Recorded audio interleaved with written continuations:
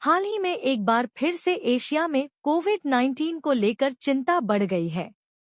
खासकर सिंगापुर और हांगकांग में अचानक कोरोना मामलों में तेजी आई है, जिसने स्वास्थ्य विशेषज्ञों और सरकारों को सतर्क कर दिया है। सिंगापुर में पिछले कुछ हफ्तों में मामलों में 28% की बढ़ोतरी देखी गई है, जहां पहले 11,000 मामले थे। वहीं अब यह आंकड़ा 14,200 को पार कर चुका है। अस्पतालों में भर्ती मरीजों की संख्या भी बढ़कर 250 के करीब पहुंच गई है, जो पहले 181 थी। हांगकांग की स्थिति भी चिंताजनक है, जहां सीवेज यानी नालियों के पानी में वायरस की बढ़ी हुई मात्रा का पता चला है। इसका मतलब है कि संक्रमण अब व्यापक रूप से फैल रहा है। यह सब तब हो रहा है जब दुनिया की ज्यादातर आबादी कोविड को पीछे छोड़ चुकी है, लेकिन वायरस ने एक बार फिर खुद को नए रूप में ढालकर दस्तक दी है।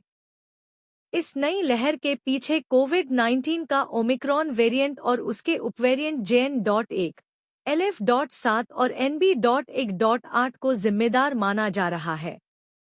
इन वेरिएंट्स की खासियत ये है कि ये बहुत तेजी से फैलते हैं, लेकिन ज्यादातर मामलों में गंभीर लक्षण नहीं देते, खासकर उन लोगों में जिन्होंने वैक्सीन ली हुई है या पहले संक्रमित हो चुके हैं। लक्षणों की बात करें तो मरीजों में खांसी, गले में खराश, तेज थकान, मांसपेशियों में दर्द, बंद नाक, हल्का बुखार, उल्टी दस्त, ध्यान में कमी और आंखों में जलन जैसे लक्षण देखे जा रहे हैं।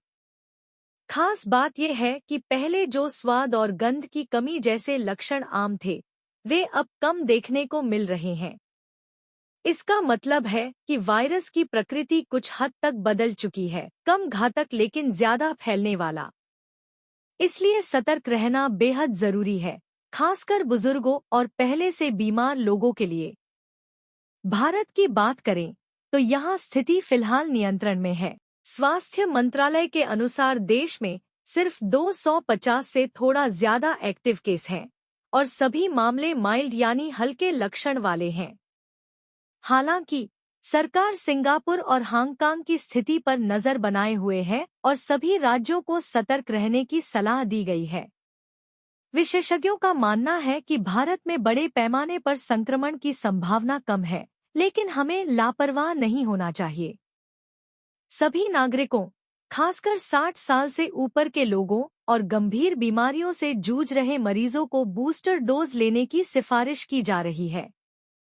इसके अलावा भीड़-भाड़ वाले इलाकों में मास्क पहनना, नियमित रूप से हाथ धोना और जरूरत पड़ने पर टेस्ट कराना बहुत जरूरी है। याद रखें, सावधानी ही सबसे बड़ी सुरक्षा है। तो दोस्तों, कोविड-19 भले ही अब उतना घातक न रह गया हो, लेकिन यह अभी गया नहीं है। हमें सतर्क रहकर ही इसे मात देनी है। जानकारी को दूसरों के साथ जरूर शेयर करें और अगर आप इस तरह की हेल्थ अपडेट्स में दिलचस्पी रखते हैं, तो हमारे चैनल को सब्सक्राइब करें।